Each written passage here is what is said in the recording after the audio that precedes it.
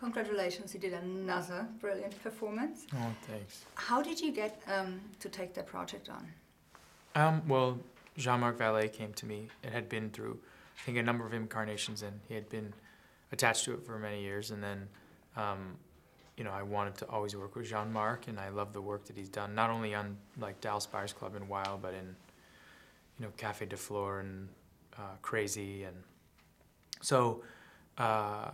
And I was aware of his like now famous style of, kind of no vanity and just moving, and I wanted to work with him. So that was the first part. And then when I read the screenplay, when I first started reading it, I thought, oh, this is starting in a conventional way, and I've read this before.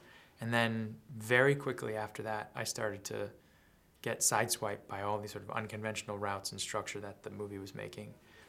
And I loved it. I loved the idea of a character who was dealing with the idea of loss, but at the same time who sort of strangely insensitive to it and lost himself. And in the end, all the things that felt like conventional ways to grieve, he couldn't use and didn't work. So he went and he goes the most unconventional route. He was extremely emotional, like throughout the whole thing, up and down. How do you deal with that? Like, do you stay in character the whole time, or and then when you come home in the evening, how can you snap out of that? I mean, it was interesting with this movie. There was very little preparation because Jean-Marc doesn't like to rehearse a lot or do much preparation. So, I think in a way you do keep the world in which you're working with you when you come home, but I think that's what craft is for, you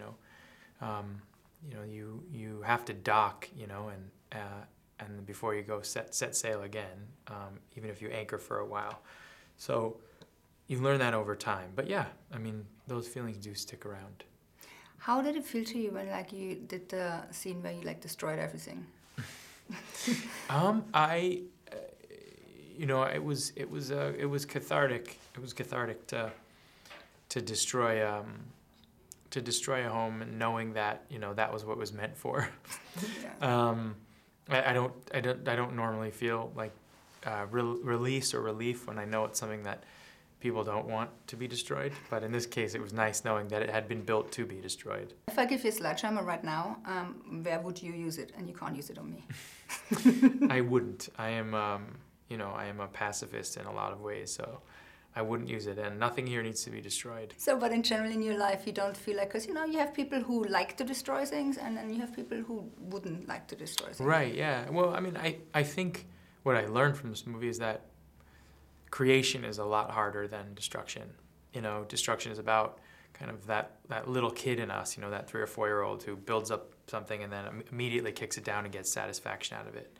And I am, fortunately or unfortunately, now an adult, so I have to behave like one.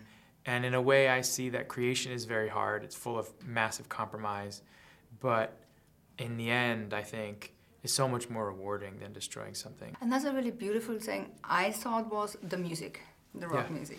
Now, if you would go in your own living room right now and you dance, would it be rock music, or what music would you dance to? No, I'm more of a hip-hop fan, so really? Yeah, I think like hip-hop would be something more I would dance to.